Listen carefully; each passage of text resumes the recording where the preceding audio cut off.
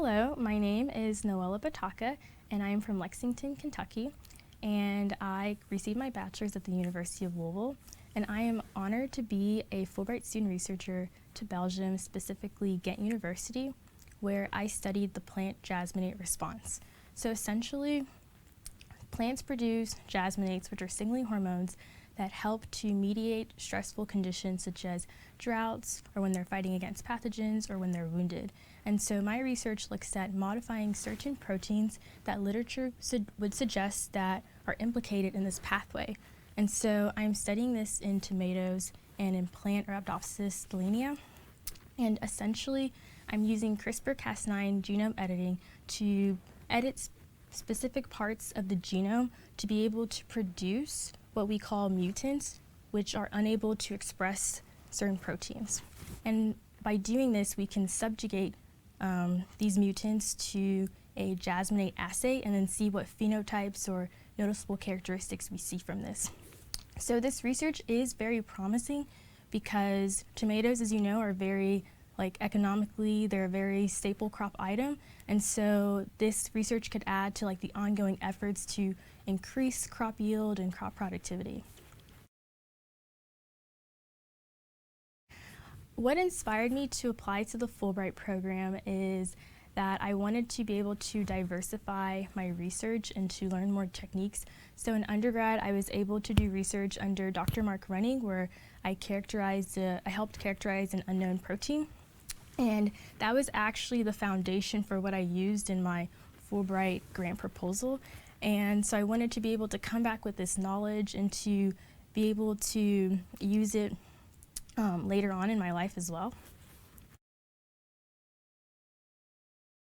I chose Belgium for multiple reasons, especially concerning aspects of my identity. So originally, I was born in the Democratic Republic of Congo. And if you know the history, Belgium colonized Congo. And so I was very interested in learning about that dynamic of them colonizing Congo and the tense and violent history that there is there. And I thought coming to Belgium, I could learn the truth, something that is unaltered, and hearing the perspectives from people here.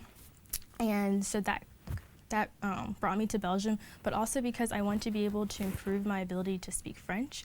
I'm currently learning French at the moment, and being immersed in a place where Belgium, the three national languages, you have French, German, and Dutch, it would be a great opportunity to advance my ability to speak French. Since arriving to Belgium, I've had a lot of memorable moments, but the best one was going to the People of African Descent conference in Germany, so it's called PAD Week for short.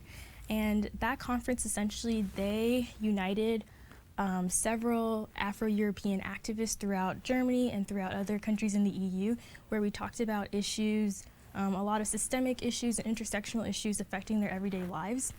And I didn't realize how much in common the struggles that they face that we also face in the US. Like me as a cisgendered African-American woman, so many things that they go through, I also go through as well. And one of the sessions that just really blew my mind was led by Esther Stanley, and she is a very well-known activist, and we talked about reparations. Reparations that people of African descent deserve due to the years of being exploited and all the inequalities they face. And then and that session was just so great that it was only supposed to be 30 minutes, but it ended up being an hour because everyone loved it. And the last memorable thing from that conference was meeting Simon Woolley, who is a very well-known activist in the UK. And something that really spoke to me is a quote he said where he mentioned something about if we are not here we are not asking for equality, we are not asking for justice, we are demanding it. If we are not at the table, then we are on the menu. And that just spoke volumes to me and really has made me self-reflect on what do I need to do moving forward.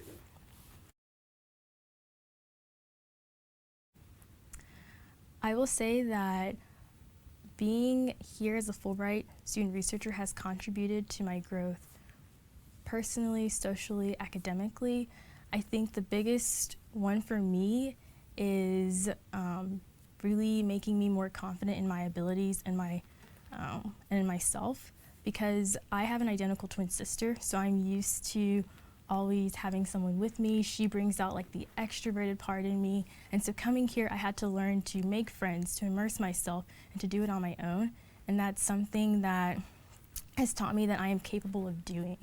And in terms of academically, anyone who does research, especially in the lab, they know that there's so many things that can go wrong. And so it's really taught me persistence, like really taught me that to navigate through, okay, if this is going wrong, what can I do to optimize it?